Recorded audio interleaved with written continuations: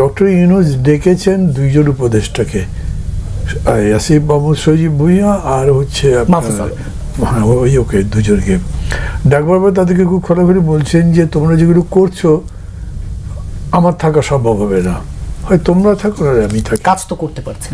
প্রধান উপদেষ্টার সাথে বেশ কয়েকজন এনসিপির নেতা দেখা করেছেন, নাহিদ ইসলাম দেখা করেছেন। বিবিসি খবর বলছেন নাহিদ ইসলাম বিবিসিকে বলেছেন যে প্রধান উপদেষ্টা পদত্যাগের কথা ভাবছেন। মানে সব মিলিয়ে কি একটু অস্থিরতা লক্ষ্য করা যাচ্ছে কিনা? কি অদ্ভুত ব্যাপার, নাহিদ ইসলাম বাইরে এসে কিভাবে বলেন, তাও বিবিসিকে যে প্রধান উপদেষ্টা পদত্যাগের কথা ভাবছেন, এটা যদি সত্যিও হয় তার তো বলা উচিত না। আমরা সবাই জানি যে এই এনসিপিকে ডক্টর ইউনূস একভাবে প্রমোট করেছেন। উনি তো ডাইরেক্টলি বলেছেন যে এরা যে কষ্টটা করেছে সেই অভ্যুত্থানের সময়, তারা একটা ভালো কিছু পেতেই পারে, তাদেরকে সেই সুযোগ দেওয়া উচিত, আমি দেবো তাদেরকে সে সুযোগ, এবং তিনি সেই সুযোগ তাদেরকে দিয়েছেন। এখন বিষয়টা হয়েছে যে তার আগের ঘটনা হচ্ছে যে ডক্টর ইউনূস ডেকেছেন দুইজন উপদেষ্টাকে, আসিফ মাহমুদ সজীব ভুঁইয়া আর হচ্ছে ওকে দুজনকে ডাকবার পর তাদেরকে খুব খোলাখুলি বলছেন যে তোমরা যেগুলো করছো আমার থাকা সম্ভব হবে না, হয় তোমরা থাকো না আমি থাকি, কাজ তো করতে পারছেন।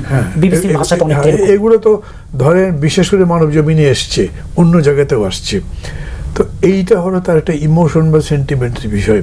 তো এবার আমি আপনাকে একটা কথা বলি, ডক্টর ইউনূসের আমি ছাত্র ছিলাম, তো আমি তাকে অনেক আগে থেকে চিনি। উনি প্যারিস থেকে চিকিৎসা করে ফিরে আসলেন, এয়ারপোর্টে শপথ নেননি, তখনই একবার বলেছিলেন উনি এই করতে চান, তার কথা শুনতে হবে, না শুনলে উনি আবার ফেরত চলে বিমানবন্দরে দাঁড়িয়ে তিনি প্রথম সংবাদ সম্মেলনে বলেছেন। এরপর আরও দুই একবার বলেছেন। আমি ওনাকে ব্যক্তিগতভাবে বলেছি, আলাদা করে কয়েক জায়গায় বলেছি যে since you have taken the responsibility, আপনি বলতে পারেন না এটা করতে পারেন, এরকম করে চলে যেতে পারেন না। এখনও যে উনি চলে যেতে চাচ্ছেন, পদত্যাগ করতে চাচ্ছেন, আমি কিন্তু এটা মনে করি না। যদি চাইতেন ডক্টর ইউনূসকে, আবার আমি বলি, আমি যতটুকু জানি, ইফ ইজ ডিসাইডেড যে উনি থাকবে না, ওনাকে দড়ি দিয়ে বেঁধেও আপনারা রাখতে পারবেন না, উনি ওরকম সিদ্ধান্ত করেননি।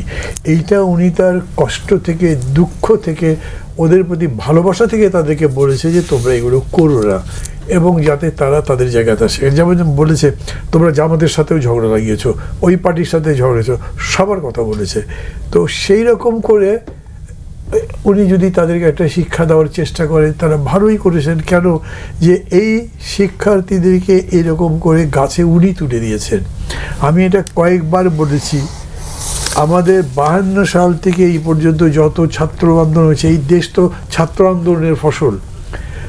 কোনো বার ছাত্র নেতারা কিন্তু সরকারে যেতে চায় নাই, তারা বুদ্ধি হতে চায় নাই, এবার উনি বানিয়ে দিয়েছেন, এবং বারবার উনি বলছেন যে এরাই হলো ভবিষ্যৎ।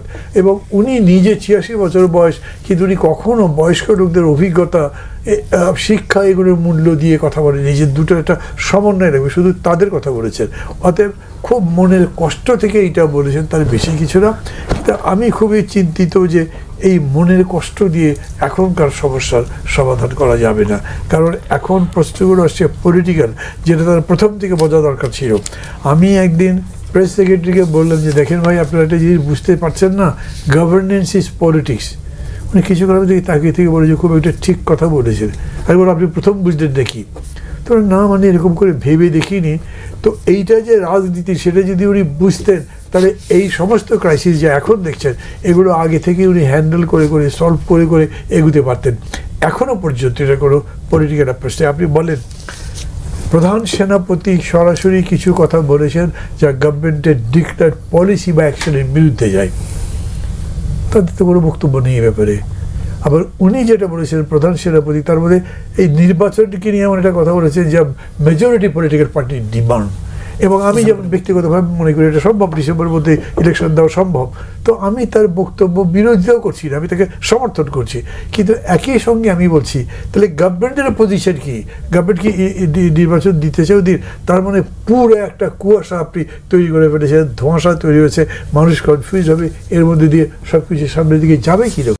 প্রিয় দর্শক, এতক্ষণ আমরা ওনার কথাগুলো শুনছিলাম, এবং উনি যে বিষয়গুলো নিয়ে কথা বলেন, ডক্টর মোহাম্মদ ইউনূস, উনি যে আপনার সিদ্ধান্ত নিলে যে বাস্তবে রূপান্তরিত করেন, উনি কিন্তু উনি বললেন যে ডক্টর ইউনূসের উনি স্টুডেন্ট ছিলেন, এবং উনি কিন্তু ওনার কাছ থেকে ওনার মন মানসিকতাটা বোঝেন এবং উনি যদি সিদ্ধান্ত নিয়ে নেন যে উনি থাকবেন না, তাহলে কিন্তু উনি চলে যাবেন। তো এরকম বিষয়গুলো নিয়ে উনি বেশ কিছু কথা বললেন এবং এটি হচ্ছে রাজনীতির একটি গুরুত্বপূর্ণ ইস্যু এবং doctor Mohammad Yunus inter government প্রধান ওনাকে বোঝায় এবং ওনার চিন্তা করার যে একটি অবস্থা কিন্তু উনি অবশ্যই ধারণা দিয়েছেন মানুষকে।